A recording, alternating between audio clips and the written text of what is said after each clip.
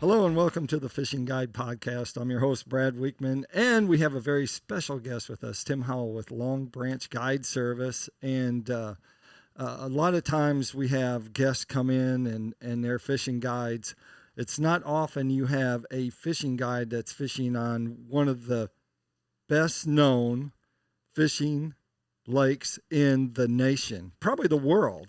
So, Tim, I led you up to that great big pow. Now you get to tell them where you guide at. The Disney World of crappie fishing. Grenada, Enid, Sardia, and Arkabutla. Yeah, that's the like big four. The big four. Amen. They're Corps of Engineer lakes. That's right. Yeah. So we're going to get into a little bit. Tell them about your guide service. How long have you been guiding? What you guide out of? Been guiding about 7-8 years now, full time. Run a 21-foot skeeter. Comfortable. Love it. Love it. Handles that big water great. How many people do you normally have on a guide trip there? Most of the time it's 2 people, but we usually can do 3 and do that, very often, but not every day. Right.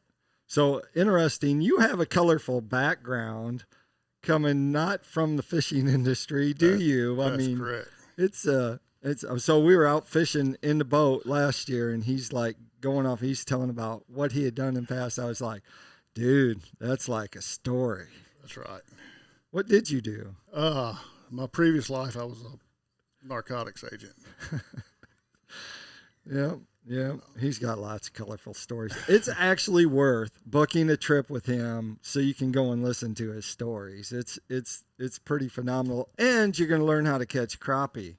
That's right. And if the crappie aren't biting, I'll keep you entertained. There you go. So let's go through the 4 seasons on the reservoirs that you're fishing. Most of them are pretty close, so the 4 seasons are pretty general for one. If it's one for one, it's that's the other right. one's They normally the same. fish about the same. Yep. So let's start in the wintertime. What do you do in the wintertime with your guide clients?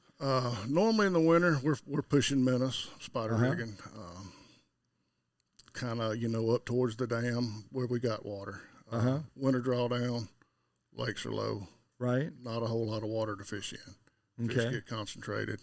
And so, how many rods do you have out? And do you have 2 seats in the front for you and the client? How does that work? Right, 2 seats for each client, and I normally stand behind the clients. Okay. Have 8 rods out the front, 4 for each client. Okay. Like I say, typical spider rig, normally pushing 2 minutes on each pole. Right. So a double drop. That's correct. That's correct. And so you're going forward. Do you use live sonar technology then when you're doing that? I most certainly do. And that helps you. How does that help you catch fish in that situation? It lets me know what the fish are doing. Normally before live sonar, in the mornings I drop each pole at a different depth. Right. And as the day progressed, kind of dial them in, so to say. Right. Now I can drop that trolling motor in the water, crank that live scope up, and I can see what's going on immediately, and I can tune it in right then. Right. And it saves so much time. So that's your winter. And then how about in the spring? Because that is coming up. Spring is coming. It's kind of the same. Right. The fish follow the water. As the water starts rising in the spring, the fish are going up with it. Right. Same technique. Are you fishing more wood in the spring or not? No, these fish are pretty much open water fish. They fish different than anywhere else in the world. They're, like you say, everybody comes down from all over the country, and that's where a lot of people mess up fishing these lakes. They want to start fishing visible structure and trees, and, man, these fish are out there in the wide open middle of nothing. So the females that are staging to go up into there, you're catching those, aren't you? That's right. What's the average weight of a crappie on Grenada?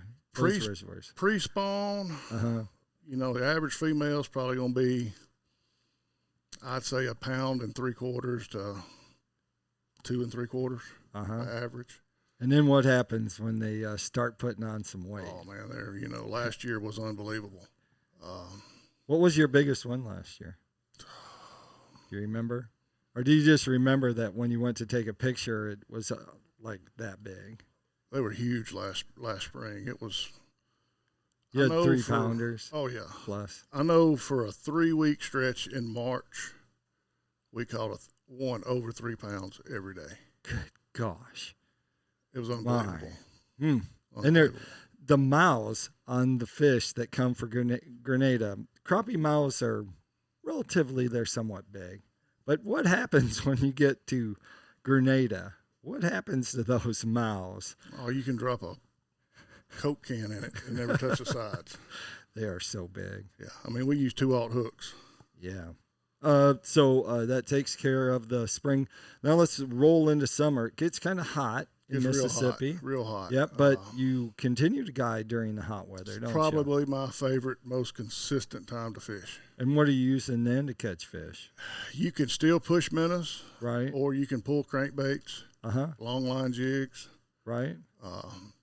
The fish are, they're out of their spawn pattern. They're pulled out in deeper water over the river channels. Right. And they're eating. Catch them every day consistently.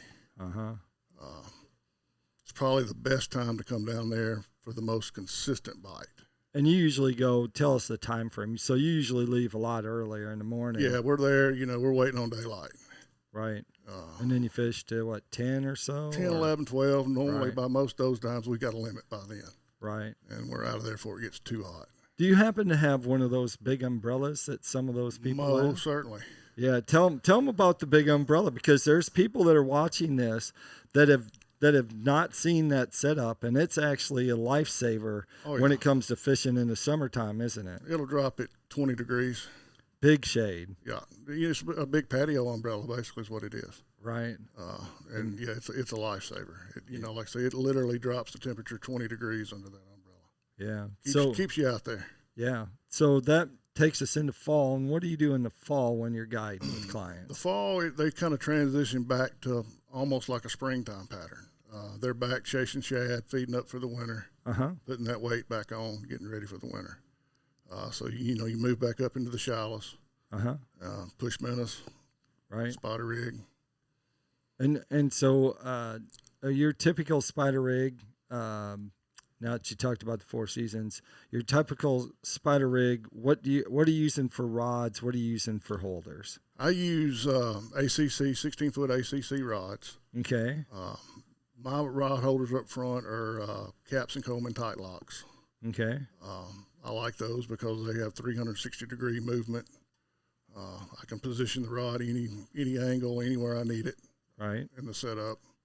The ACC rods are great.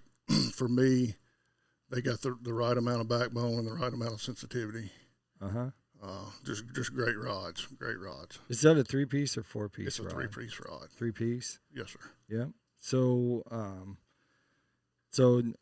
do you have a split shot or just a jig head on your double drops? Tell us a little bit about those. Because do you use those year-round, the double drops, or does sometimes you go to just a single jig? In the springtime, early in the spring, when the fish are real shallow, I'll go to a single.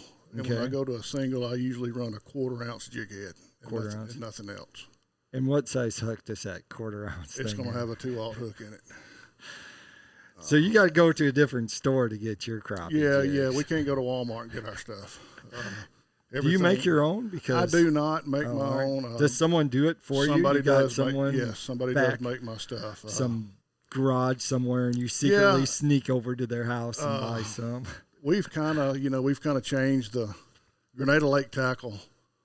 Patrick Stone, got to give him a shout out. He's a full-time guide on Grenada, and he owns Grenada Lake Tackle as well. And he knows what we need over there, and he's answered the call. And so cool. He keeps us hooked up with what we need for sure. Right. But yeah, prior to that, it was hard to get what we needed for sure. Just because of the size of the fish and actually their mouths and all of that has changed. That's right. Yep. So in a typical day, tell us, is the limit for crappie the same on all those reservoirs that you got on? It is. It's 15 a person, 40 per boat. Okay. Whether you've got 3 people in the boat or 30 people in the boat, it's still 40. Okay. And what's the length limit? They have to be over 12 inches. Over And 12. most of them are over 12 inches, aren't they? That's right. Especially you get into those colder months where Yeah, they're in there big. that's right. Right. So so that's your drop. Do you ever use like an underspin or not on your I on do. your spider rig? On the spider rig, I don't. Sometimes when I long line pull jigs out of the back of the boat, I use it a lot. Okay. All right. On the spider rig, I vary it up a lot. Sometimes I use the weight on the bottom, Right. and then 2 hooks up above it. Just depends on the time of the year and the depth of the water I'm fishing. If I'm using jigs only, like in the springtime, I'll use 2 quarter-ounce jig heads with no weight. I got you. If it's real windy, I'll use a 1/2 ounce weight. But other than that, most of the time I'll use a 1 ounce weight. All the time. Tell us about your crankbait setup. So when the clients are in your boat, where do they sit and how does that lay out? Are you using square bills? Give us some information. I use a little bit of everything. The setup is I pull out of the back of the boat. Okay. The clients sit on the back deck. All right. The rods are pulled out of the back, and I'd use the technique of flatlining. Okay. I don't run planer boards. All right. I stagger the length of the rods to keep the lines from getting tangled up, of course. So I run 18s, 14s, 12s, and 6s length rods out the back. All ACC rods? All ACC rods. And so the ACC has a small rod? They do. Kind of designed for that? It's really not designed for that per se, but I kind of adapted it for that method. So that they're staggered. That's right. Yep. And so as you lay them out, do you have the outside ones the shortest out and the ones towards the middle the farthest back? How do you run that? I run the longest on the outside and go from the longest to the shortest. Okay. The shortest will be straight out the back by the motor. Okay. And then square bills are deep divers. I use a little bit of both. It really doesn't matter. Just whatever the best color that they're hitting at that day. We got to ask, what's the best color over that way? What is it? Anything with pink in it. Oh, really? Yeah. Yeah. Huh. Interesting. And I don't know if that's typical of everybody or if that's just what I got confidence in. But I seem to have the best luck with anything with pink. Pink splatter, one of the PICO crankbaits. That actually is rock and roll up on Beaver Lake and Highland Reservoir. Pink so that must be it's a good color. Yeah.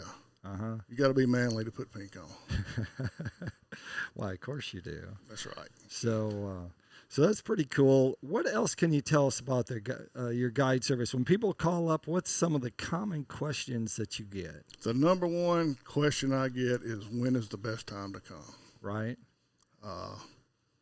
And that is a question that I tell them that I normally can't answer. Right. The best time to come is when you can come. Right. Or when I have an opening. It changes so much. There's so many factors that vary into this. These lakes are a flood control lake, and the water varies from year to year, so you really don't know what to expect from year to year. Right. This coming spring, it could be 30 feet above summer pool in February, or it could be 30 feet below summer pool. Wow. You just don't know till you get there. Right. And of course that affects the fishing. So you really just don't know. That's why I said earlier, the summertime is normally the most consistent because you get the best weather. You don't have to deal with the cold fronts. Right. Normally don't have the wind. The wind is the thing that kills us over there. Anything over a 10-mile-an-hour wind is awful on those lakes. And when I say awful, 2 and 3 foot swells. Right. It's tough to fish. Kind of flat land over there. Nothing to break the wind. Nothing to break the wind. And all the lakes pretty much run east and west, and it just kind of funnels right down the middle of them. Right. And they're tough to fish when it's windy. And the other thing too is over on those lakes, because they're flaky. They actually, and a great reason to hire a guide is some of the ramps you can't even use in the wintertime, right? That's correct, and in the springtime as well. Not typical of the last couple of years because we've had an abundance of rain in the spring, so the lakes have been full in the spring. But in years past, a lot of ramps have not been accessible until the middle of April. Right. Because of the water being low. Wow. We have not had to worry about that like in the last couple of years, but a lot of times, there's only a couple of ramps you can use in the spring. Right. And the same thing in the fall and winter. You got to have some lake knowledge or you'll be in trouble. Right. Right. Like Definitely. as of right now, Grenada, Right. there's not a boat ramp on Grenada that's accessible. Really? Right. It's completely. You guys need some rain Well, or something. in my opinion, I like it like this right now because it kind of keeps people off the lake. Right. Kind of gives the fish a little break. Lets them rest. Lets us rest. Yeah. And they need that, because they get hammered hard, Right. all year long. And it, just gives them a break. Saves them. Mother Nature knows what she's doing. Right. Well, that's good. You know what? That takes us to Tackle Time. And Tackle Time, of course, is sponsored by PICO Lures. And PICO Lures happens to have, I'm going to say, and I'm probably biased, but one of the best crankbaits that you can buy, Square Bill and their Deep Diver INT series of crankbaits that are great for crappie fishing. Now, they catch everything from walleye to bass to stripers to whites to everything, but they really excel when it comes to crappie fishing because they track true out of the box. You don't have to tune them. They have great hooks, and they come in great colors like Pink Glimmer, which is probably one that you use. And so you can get all those at picolures.com. You can find it. Our other sponsor is Smith Consumer Products, and I brought in their bag, and I keep telling them to send me as many bags as they possibly can because this bag actually, besides having a zipper, has this mesh on the back. So when you throw it inside your box and stuff like that, it gives it an opportunity to dry instead of it being plastic on both sides and you get rust on your lures or rust on your pliers or scissors. This little storage bag's the coolest little thing that they've come out with for people that have a lot of stuff like that they want to put in their boat. You can check out more about Smith Products at smithproducts.com. And that takes us to Tim. You got to tell us about your guide service because people are going to be beating down your door, and they need to know how to get hold of you. It's Longbranch Guide Service. You can find us on Facebook, the internet at longbranchguide.com, or you can call at 662-251-5625.